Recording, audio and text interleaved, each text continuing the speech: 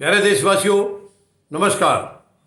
वर्तमान केंद्र सरकार की मानसिकता को देश अभी तक समझ नहीं पाया है।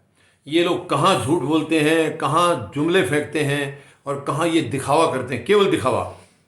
मैं समझ नहीं पाया हूँ ऐसी मानसिकता की सरकार क्यों झूठ में विश्वास करती है, क्यों दिखावे में विश्वास करती है। ये हर कदम पर देश को नीचा दिखाने में लगी हुई है।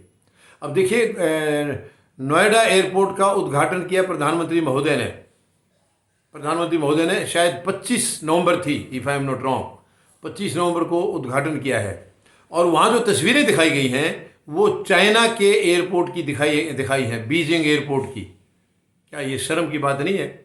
हम दूसरे देशों की तस्वीर अपने यहाँ दिखा रहे हैं। क्या संदेश देना चाह रहे हैं हम देशवासियों को?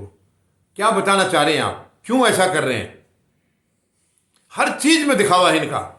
कोई चीज़ पूरी नहीं करनी, जो वायदा करेंगे उसको कभी करना नहीं है, जो वायदा नहीं करेंगे या जिस चीज़ का कभी जिक्र नहीं होगा उन चीज़ों को कर देंगे। इन्होंने कभी नहीं बोला था सरकार बनाने से पहले, 2014 में जब सरकार बनाई, कभी नहीं बोला कि हम आते ही देश का सौदा करना शुरू करेंगे, हम आते ही देश को बेचना शुरू करेंगे। बल्कि सीना ठोक ठोक के प्रधानमंत्री महोदय ये कहते थे, मैं देश नहीं बिकने दूंगा। क्या वही प्रधानमंत्री हैं आज या दूसरे बदल गए? ये सोचने का विषय है। जो ये कहते थे मैं देश नहीं बिकने दूंगा, वो आज देश को बेचने में लगे हुए हैं। और जो कहते थे मैं ना खाऊंगा ना खाने दूंगा, उसको खुद खाने में लगे हुए हैं। खाने तो नहीं दे रहे लेकिन खाने में लगे हुए हैं। यानी रफाल सौदे का जो घपला है इस देश के लिए, इससे बड़ा भ्रष्टाचार आज तक कभी नहीं हुआ। और देखिए तानाशाही, उसको बिल्कुल किसी को हाँ भी ये कहने भी नहीं दे रहे हैं कि ये इन्होंने घपला किया है। मतलब दुख की बात तो यह है कि माननीय सर्वोच्च न्यायालय से भी क्लियरेंस मिल गया इनको कि इसमें कोई घपला नहीं है। अगर माननीय सर्वोच्च न्यायालय से ये क्लियरेंस मिल गया है कि घपला नहीं है, तो फ्रांस में फिर जांच किस चीज़ की चल रही है? फ्रांस से रिपोर्ट आई है और हमारे देश में भी रिपोर्ट आई थी। द हिंदू पेपर ने पूरा का पूरा उसके अंदर छाप दिया था, मगर उसको भी ये कह करके नकार दिया इस गैर जिम्मेदार सरकार ने कि ये चोरी किया हुआ डॉक्यूमेंट है, इससे जांच नहीं हो सकती। क्यों नहीं हो सकती है? डॉक्यूमेंट चोरी किया हुआ है तो क्या है? जाली तो नहीं है, डॉक्यूमेंट फ्रॉड तो नहीं है, फर्जी तो नहीं है। क्यों जांच नहीं हो सकती है? मैं माननीय सर्वोच्च न्यायालय से निवेदन करूंगा, उसी आधार पर जो रिपोर्ट छपी थी द हिंदू में, उस आधार पर इसकी जांच दोबारा कराई जाए। और जो केस पहले रद्द हो चुका है, यानी क्लीन चिट दे दी गई है सरकार को, उसको रिव्यू करने की ज़रूरत है।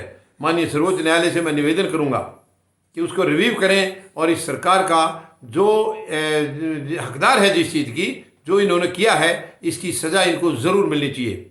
इनके किए हुए का, इनके कर्मों की सज़ा इनको ज़रूर मिलनी चाहिए। तानाशाही कर रहे हैं, लूट रहे हैं और ऊपर से ये जता रहे हैं कि हमारे से ज़्यादा ईमानदार कोई है ही नहीं। ये बहुत ही शर्म की बात है।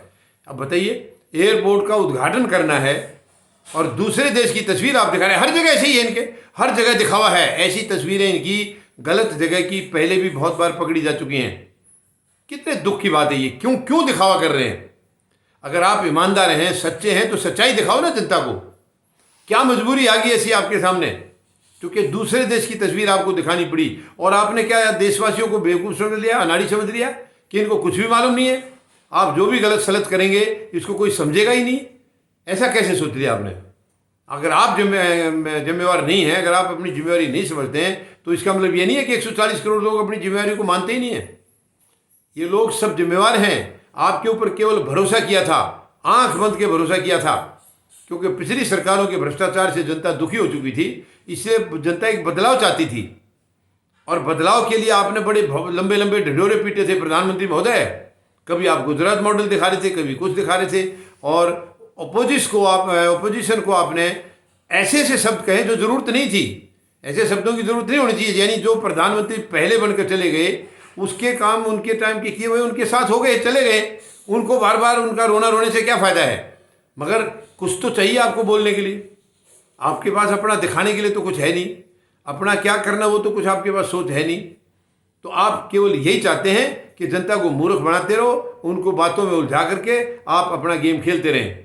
वही आप अभी तक कर रहे हैं। ये बहुत ही दुख की बात है, बहुत ही दुख की बात है। अब ये धांधलेबाजी इस तरीके की आगे नहीं चलेगी।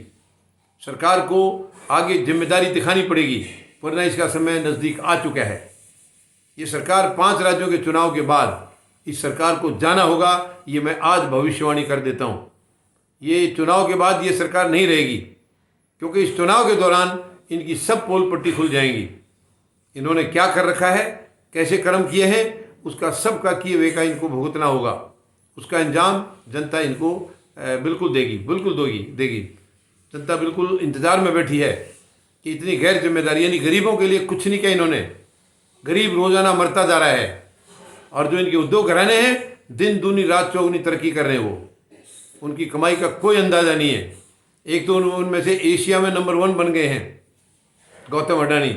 कैसे आया पैसा, कहाँ से आया पैसा, इनका पूरा पिछला अगर बैकग्राउंड देखेंगे, जब प्रधानमंत्री महोदय वहाँ सीएम हुआ करते थे, सारी बातें खुलासा हो जाएंगी उससे, सारी बातें। तो ये बहुत गैर जिम्मेदार सरकार है, असंवैधानिक भी है। अब इससे हमें पीछा छुड़ाना होगा, जल्दी से जल्दी छुड़ाना होगा, ताकि जो बचा है जितना देश उसको बचाया जा सके, और बाकी की इसके बाद इन्हीं से भरपाई कराई जाएगी। इन्होंने लूटा है, कैसे लूटा, क्यों लूटा और कहाँ गया, वो सब इसी सरकार से इसकी भरपाई कराई जाएगी। धन्यवाद।